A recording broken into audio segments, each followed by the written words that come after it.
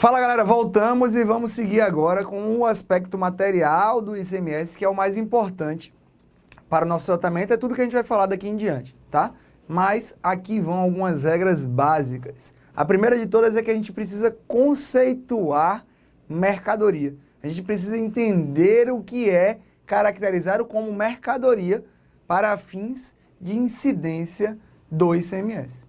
Se liga.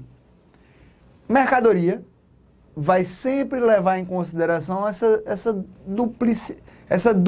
dúplice conceito. Habitualidade ou volume mais intuito de lucro. Vai no artigo 4º da Lei Complementar 87 de 96 e vê lá. Seguinte, para que eu entenda que ali é um intuito mercantil, uma vontade de vender, e aí aquele bem deixa de ser um bem por si só e se torna uma mercadoria, que é o bem que é, de certo modo, que faz parte de uma operação de mercantilismo, uma operação de venda, uma operação comercial. Aí ela se torna uma mercadoria, porque ela tende a seguir em várias operações mercadológicas. Para definir isso, duas coisas. Primeiro, ou aquele cara, ele faz isso com habitualidade, ele está sempre comprando e vendendo caneca. Esse cara atua com habitualidade nisso. Eu comprei uma vez, eu não tenho habitualidade, concorda? Agora eu não compro nunca, então não tenho habitualidade. Mas eu vou lá um dia e compro 50 mil canecas igual a essa. Isso me traz um volume de compra, um volume de operação, que se lá na frente se perceber que eu estou atuando também com intuito de lucro, ou seja, caráter mercantil, há aí também a configuração de uma mercadoria. E isso é que faz com que a gente possa caracterizar determinada pessoa física ou jurídica como contribuinte do ICMS, tá? Nessa pegada do que é mercadoria, se é somente algo com um corpus, com um ânimo, de um ponto de vista material, físico, ou se também seria possível tributar situações virtuais, digamos assim, é que surgiu a discussão sobre o software de prateleira, em que o STF dizia, olha, os que são vendidos em prateleira, né, eles são submetidos ao ICMS, porque há ali um corpus mecanicum, dizia assim. Então, esse corpus, ele pode ser vendido, então tem intuito de mercância. Eu quero que vocês deem um pause em todo o assunto relativo a software de prateleira, porque tem uma decisão do STF de 2021 que vai ser abarcada pela gente nas próximas aulas, especificamente sobre isso, inclusive quando a gente tratar de ISS, porque a discussão beira muito a situação do ISS. É uma decisão de 2021 recentíssima, então vamos dar um pulo nesse ponto para a gente seguir mais agora nos caracteres básicos do ICMS. Veja só, e assim vocês vão conseguir entender essa ideia de mercadoria. O STF já declarou que é ilegítima a cobrança de ICMS sobre o serviço de água encanada. O STF diz que isso é um serviço público e não uma mercadoria. É um serviço público essencial, não configurando mercadoria. O STF decidiu isso em 2013. E é daí que surge a discrepância entre água encanada e água envasada. Aqui não tem nenhuma água envasada, mas a água que você compra para ir fazer prova. Você passa em frente à prova, tá lá o cara no isopor gritando, ó, a canetinha da aprovação, a água da sorte. Lá na Bahia, assim, o cara só dá, essa água é benzida, essa canetinha vai dar sorte, sei o que, é a canetinha da aprovação. Quando você compra aquela água mineral envasada, aquilo é uma mercadoria. Aquilo é comprado e vendido com habitualidade, com volume, com intuito de lucro. Diferente a água encanada que se recebe na sua casa, ali se configura um serviço público essencial, submetido às regras das concessões, né? Das concessões dos serviços públicos. É por isso que diferencie sempre água envasada de água encanada, beleza? Ainda nessa ideia de circulação jurídica, do que é mercadoria, olha a súmula do STF. Não constitui fato gerador do ICMS a saída física de máquinas, utensílios e implementos a título de comodato. A título de comodato. Não há aí o que o STF considera como circulação jurídica de mercadoria. Porque a gente está falando aqui em comodato, a gente não está falando numa situação que tem intuito de lucro e der uma transmissão onerosa com esse intuito de lucro. O comodato não configura isso, segundo as regras de direito civil. Beleza? Súmula 166 do STJ, já falamos, ó. Deslocamento de mercadoria do estabelecimento de um contribuinte para outro estabelecimento dele mesmo não configura fato gerador de ICMS, porque não há aí a circulação jurídica da mercadoria. Fechou? Quando a gente falou em habitualidade de volume, eu quis dizer que ali havia a possibilidade de se configurar a operação como uma operação sujeita à incidência do ICMS. Mas é importante destacar que há 4 exceções à regra da habitualidade. 4 exceções à regra da habitualidade previstas no artigo 4º, parágrafo único lá da Lei Candir. Se liga. Importação de mercadorias do exterior, qualquer que seja a finalidade. Então, não precisa ter habitualidade. Quando houver importação, há a incidência do ICMS. A pessoa seja destinatária de serviço que foi prestado no exterior ou cuja prestação se iniciou no exterior. Não precisa também ter habitualidade. Aquisição e licitação de bens apreendidos ou abandonados. Não há aí também como se exigir habitualidade. Licitação de bens apreendidos ou abandonados. Aquisição de lubrificantes e combustíveis líquidos e gasosos, derivados de petróleo e energia elétrica oriundos de outro estado, quando não destinados à comercialização ou à industrialização.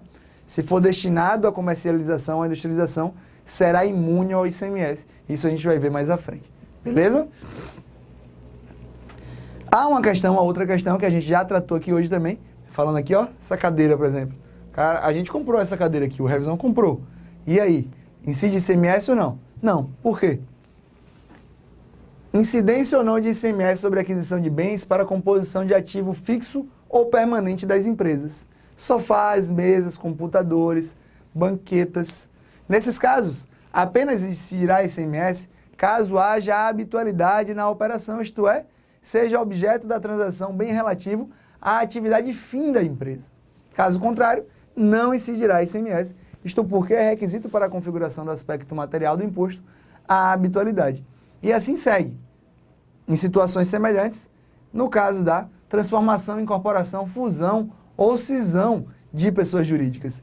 Elas constituem várias facetas de um só instrumento, de um só instituto jurídico, que é a transformação societária. São fenômenos da natureza civil, envolvendo apenas as sociedades objeto de metamorfose e os respectivos donos de cotas das ações. Em todo o encadeamento da transformação não ocorre qualquer operação comercial. Há ali uma operação civil de transformação societária e não uma efetiva operação comercial que sujeite aquela situação à incidência do ICMS. Fechou? Uma das situações previstas no ICMS no 155, parágrafo 2º, inciso 9, letra B, incidirá sobre o valor total da operação, quando mercadorias forem fornecidas com serviços não compreendidos na competência tributária dos municípios. Isso aqui é o que a gente chama de operação mista, tá?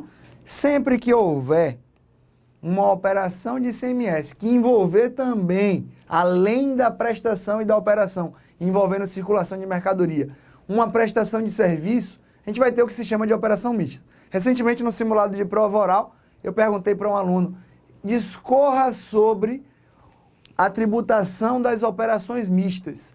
Rapaz, ele deu uma viajada, eu nem lembro o que ele falou. Eu sei que ele não falou nada sobre essa discussão entre ICMS e ICMS, que é muito importante. Por que ele não falou? Porque ele não estava treinado para ouvir e para fazer essa relação. E ele era um candidato muito bom, estava numa prova oral, estava num simulado de prova oral. Mas a operação mista, o cara fala aí sobre a operação mista, e aí daqui a um ano, daqui a 6 meses, talvez você não lembre. Então lembre-se sempre, bote na sua cabecinha. Operações mistas são aquelas em que há a possibilidade de incidência de ICMS e ISS, porque há ali junto à circulação de uma mercadoria a prestação de algum serviço. Eu vou explicar melhor.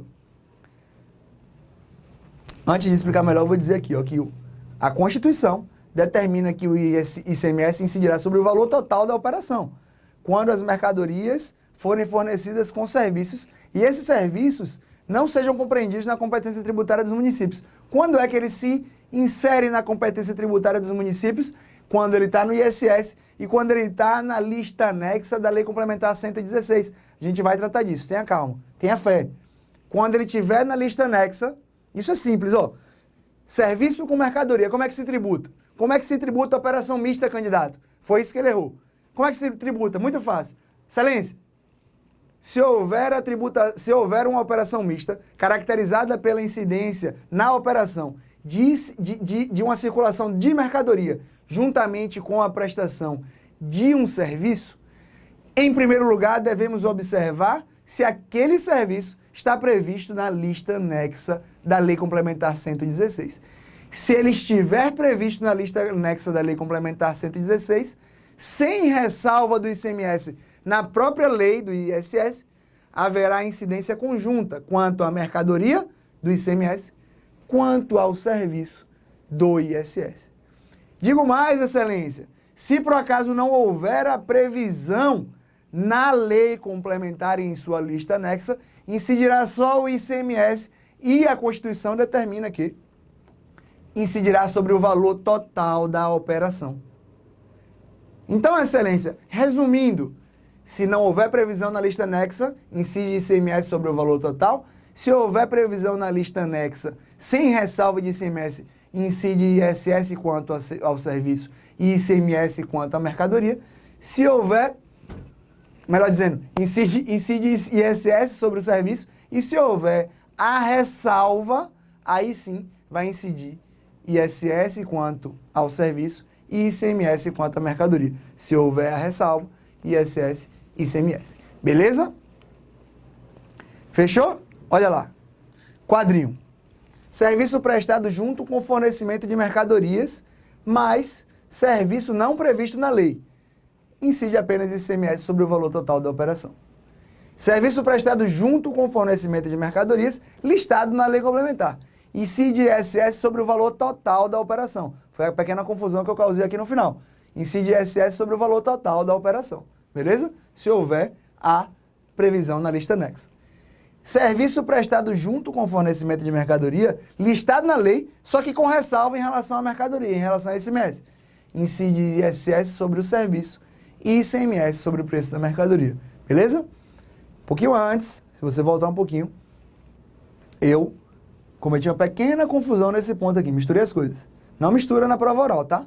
Na hora que o examinador te perguntar, tem certeza, Excelência? Você fala, opa, na verdade é o seguinte, se tiver a ressalva, aí incide ISS quanto ao serviço e ICMS quanto à mercadoria. Se não tiver a ressalva e a previsão na lei complementar, incide ISS sobre o valor total da operação. É assim que se tributam as operações mistas. Veja que é difícil, veja que até o professor aqui se enrolou nessa dificuldade. Então, acompanhem essa tabela, nunca mais errem e nunca mais deixem de saber o que é uma operação mista. Salvo engano, o nome do aluno é Caio Caafo. Vou te expor. Você que errou isso. Você acha que é aluno da gente aqui. Caio é um gigante e acabou até se confundindo nessa questão. Não quanto ao objeto específico e final, eu me confundi mais que ele aqui agora, mas ele não chegou de cara no que era a operação mista, por isso que ele não tirou a nota máxima lá no simulado. Beleza?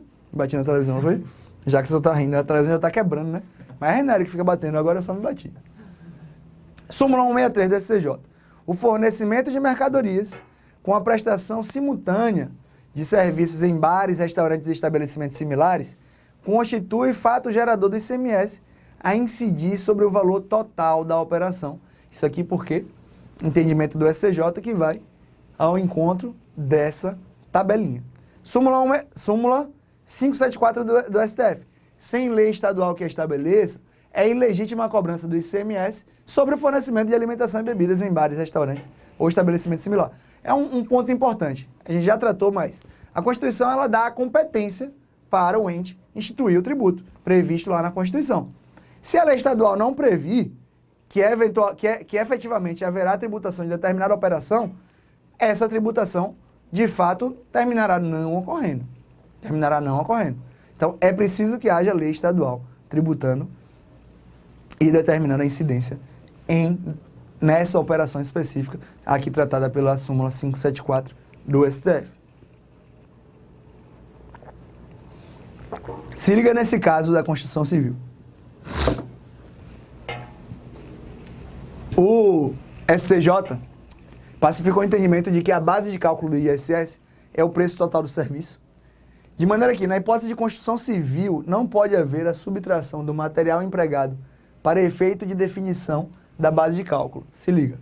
Se as empresas de construção civil não são contribuintes do ICMS, imposto incidente sobre a circulação de mercadorias, conceito que não se ajusta aos insumos utilizados para a construção de edifícios e outros, os materiais adquiridos com essa finalidade devem compor a base de cálculo do ISS. Pega aí. Cadê aqui?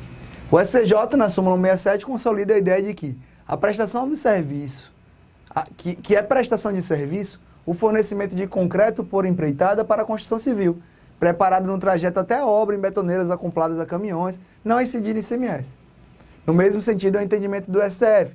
Não consideram os tribunais superiores que o fato de ter sido o concreto preparado fora do local da obra faça incidir a parte final do item 7.2 da lista anexa, fornecimento de mercadorias produzidas fora do local de prestação. Isso porque a preparação do concreto é uma fase da construção civil, estando vinculada diretamente ao serviço de empreitada. Basicamente, quando a gente fala em contrato, em construção civil, a gente está falando aqui em ISS e não ICMS, havendo previsão na Lei Complementar 116 e na lista anexa, especificamente no item 7.02, tá? Outra hipótese, decidida pela jurisprudência, é referente ao fornecimento de filmes através de fitas de vídeo, DVDs e Blu-rays. Se ainda tem gente comprando, isso aqui ainda precisa de uma certa discussão. Veja, se a venda em escala industrial de produtos padronizados feita por empresas mercantis por lojas, há a circulação de mercadoria. Não há em uma operação mista, incide exclusivamente o ICMS. Se há serviço prestado por encomenda, por exemplo, você contrata a filmagem, sei lá, da formatura do seu filho.